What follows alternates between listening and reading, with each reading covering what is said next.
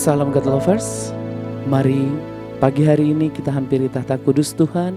Sebelum kita memulai aktivitas, biar Tuhan Yesus saja yang memberkati setiap aktivitas kita. Terima kasih Tuhan. Oh, Yesus. Haleluya.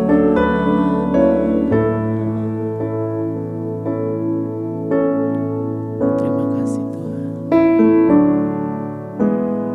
Kau melukis wajahku di hadapanmu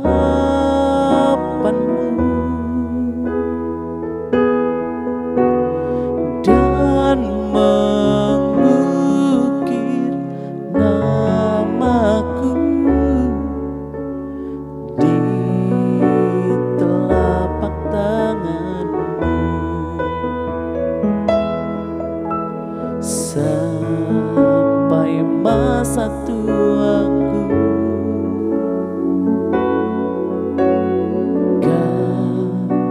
Tetaplah Tuhanku yang akan selalu menggendong hingga putih rambutku. Kemuliaan-Mu itu membuatku terteguh, ku bulatkan hatiku mengikut-Mu. Ku angkat tanganku Yesus, memuji perbuatan-Mu. Sungguh tiada terukur kasih setia-Mu, dalam naungan sayap-Mu ku mau terus menyembah-Mu. Kasih-Mu terukir di lubuk hatiku. Haleluya. Kasih-Mu Tuhan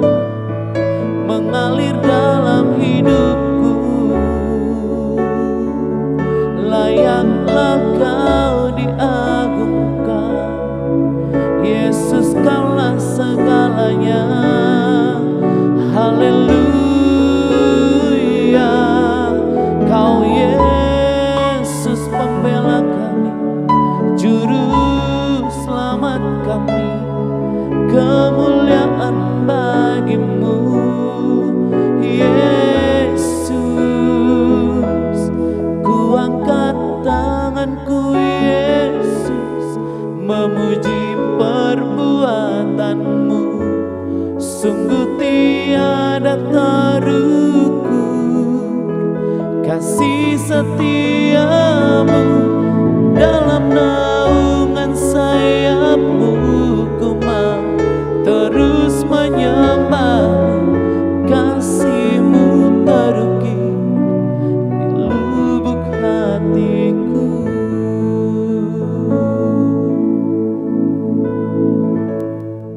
Salam God Lovers, bertemu kembali dalam program Word from Heaven. Senang sekali bisa bertemu lagi di sini. Hari ini saya mau berbagi dari Meleakhi 3 ayat 8 sampai 10 dengan tema jangan menipu Tuhan. Apa kita bisa menipu Tuhan? Beginilah firman Tuhan. Bolehkah manusia menipu Allah, namun kamu menipu aku? Aduh, kita menipu Tuhan. Bagaimana mungkin kita bisa menipu Tuhan? Ya, tapi inilah kita lanjutkan firman Tuhan. Tapi kamu berkata, dengan cara bagaimana kami menipu engkau? Dan Tuhan menjawab, mengenai persembahan persepuluhan dan persembahan khusus. Kamu telah kena kutuk, tapi kamu masih menipu aku. Ya, kamu seluruh bangsa. Lalu Tuhan berkata dalam firman-Nya, bawalah seluruh persembahan persepuluhan itu ke dalam rumah perbendaharaan, supaya ada persediaan makanan di rumahku, dan ujilah aku. Firman Tuhan semesta alam.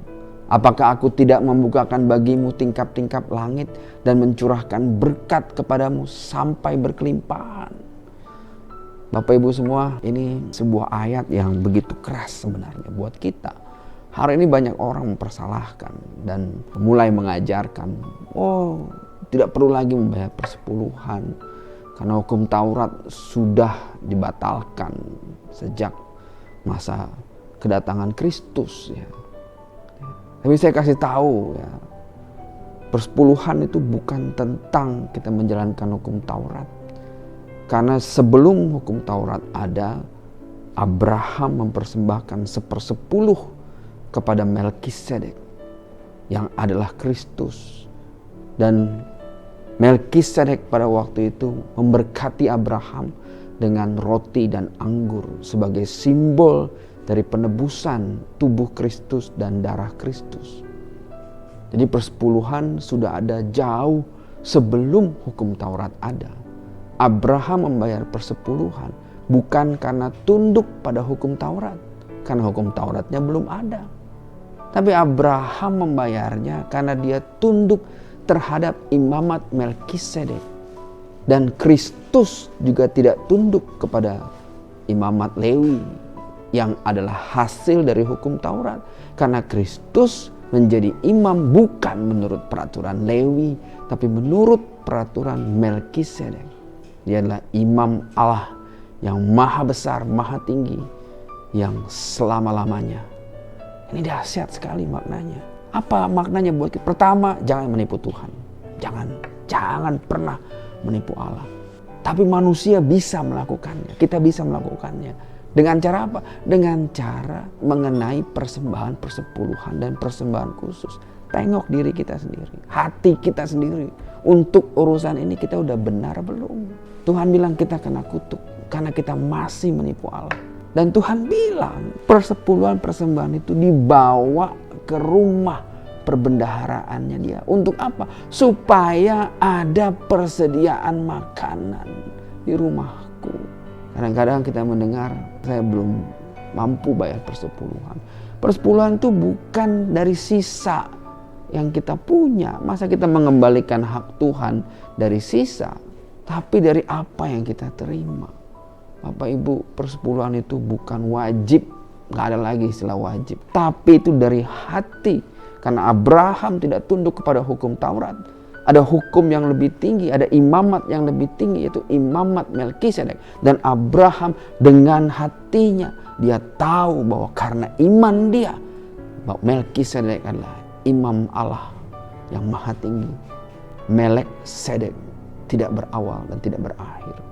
Abraham tahu bahwa itu adalah Kristus dan dia tunduk kepada imamat Melkisedek. Kan dari hatinya dia mengembalikan apa yang Tuhan kasih kepada dia.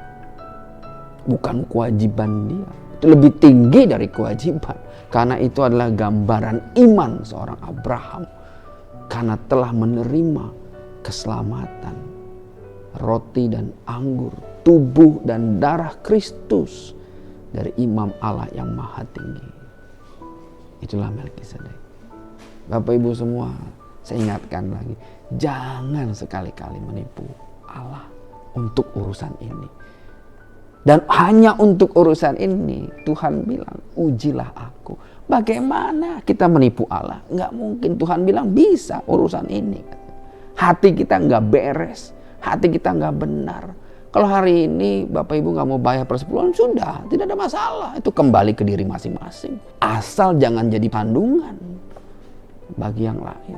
Ya. Tapi yang mengerti hari ini bahwa ada imamat yang lebih tinggi dibandingkan imamat Lewi dan hukum Taurat, yaitu imamat Melkisedek, yang di sanalah Abraham tunduk. Dan dia tahu di situ, dia memberikan hatinya. Karena hatinya dia lebih besar daripada apa yang dia terima. Untuk urusan ini Tuhan bilang, ujilah aku. Tidak ada urusan-urusan lain Tuhan bilang, ujilah. Tapi untuk urusan ini Allah bilang, ujilah aku. Wah, ini dahsyat sekali ya. Jadi jangan sekali-kali kita menipu Tuhan untuk urusan ini. Mari kita berdoa. Tuhan, terima kasih Tuhan buat hikmat yang Kau berikan Tuhan. Terima kasih Tuhan, kami takut akan Engkau Tuhan.